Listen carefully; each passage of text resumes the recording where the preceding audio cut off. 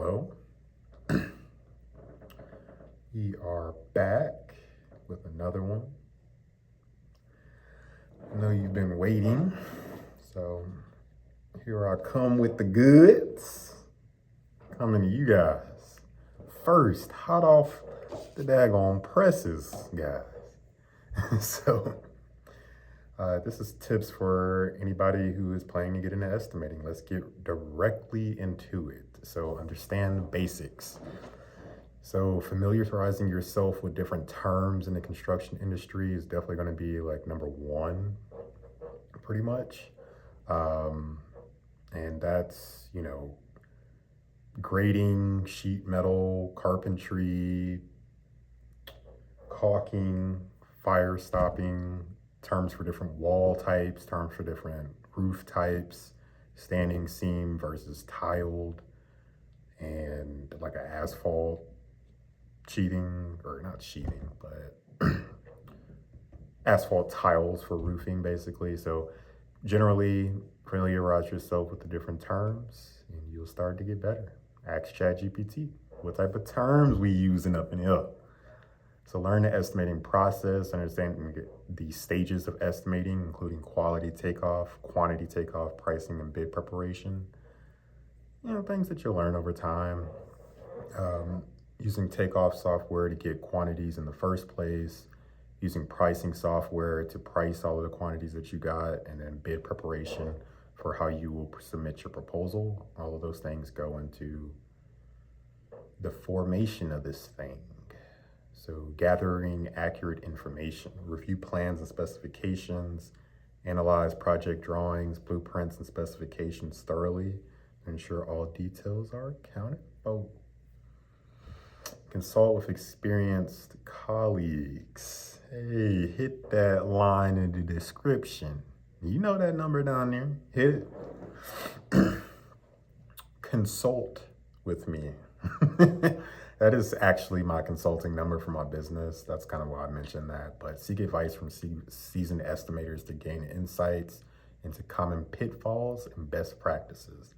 I made a lot of mistakes in my estimating career, and I've learned a lot, as well as best practices.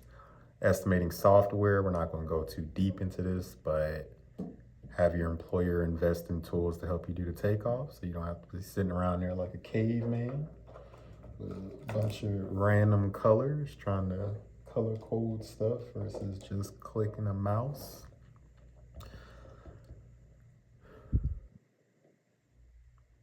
And exploring spreadsheets, mastering spreadsheets like Excel, of course, which is going to be the main one generally that you're going to use.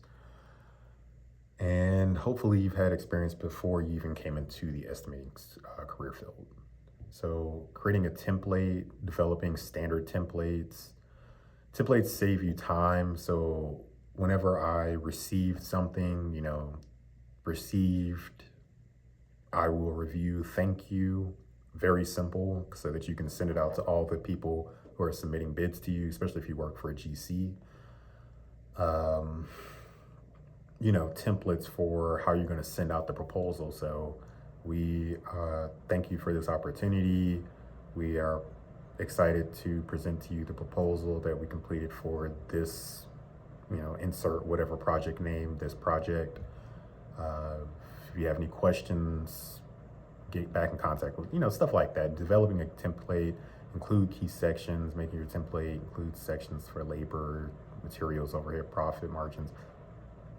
This part is more of a template for like your Excel, for instance, because it's mentioning labor, materials, overhead, and profit margins. But you need a template for that too. But I like them for communicating with people so that people get a standardized message back from you and for you, keep it professional. Be detail orientated, double check calculations always, because you can always miss something. You can always think that you have, like, let's just give you a real world example. So I remember once where I got the linear footage for a wall section and I got the pricing for the wall, but the pricing was for square footage and not linear footage. And so the last thing I would have needed to do was times all of that by the height of the wall. so that you get the length of the wall, the height of the wall, which is what makes a wall, and then you can gather from that the square footage, because you need length and width to get area, and area is of course square footage. Consider contingencies, include contingency percentage.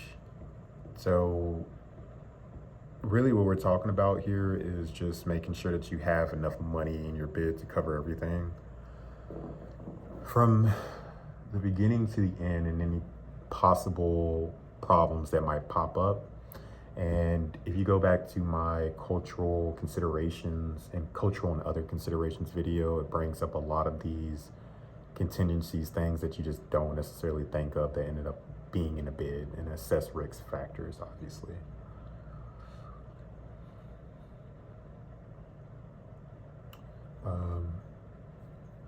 Learn to communicate effectively, present estimates clearly, ensure your estimates are easy to read and understandable, using charts and graphs if necessary, and be prepared to justify your costs to the people who you're sending your cost off to. So your client might come back to you and ask you this, that, or the third. And you better remember what this, that, or the third is.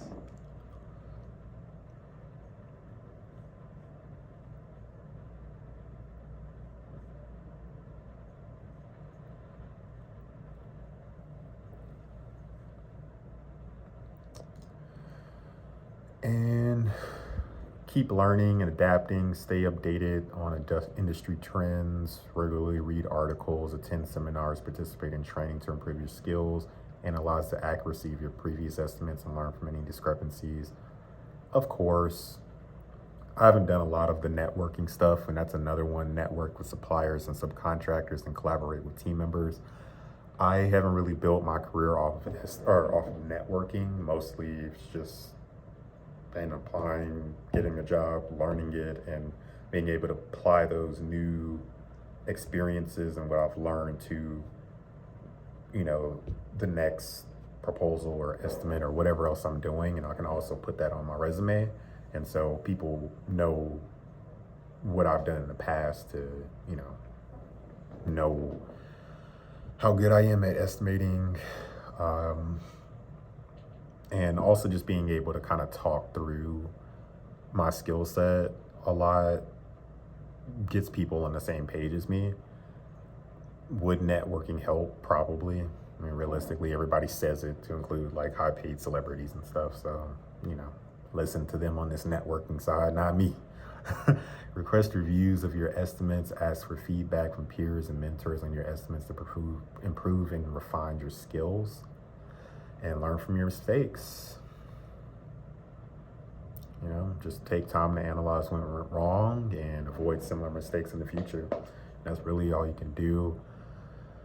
But hopefully these were insightful tips for someone who was just getting into it. Glad you're getting your feet wet. I'm here to help. I'll keep making videos for free. I also have in the description below other material to get you where you need to go. Join my school. That link is also below. It's free for right now. It won't be forever. I currently have 5 members, and my thought is that around 15 members, I'm going to go ahead and raise the price, but I'm not set on the price per se. So be one of the ones that got it for free. And like, share, and subscribe to this video, and I'll catch you on the next one. Thank you so much for your view.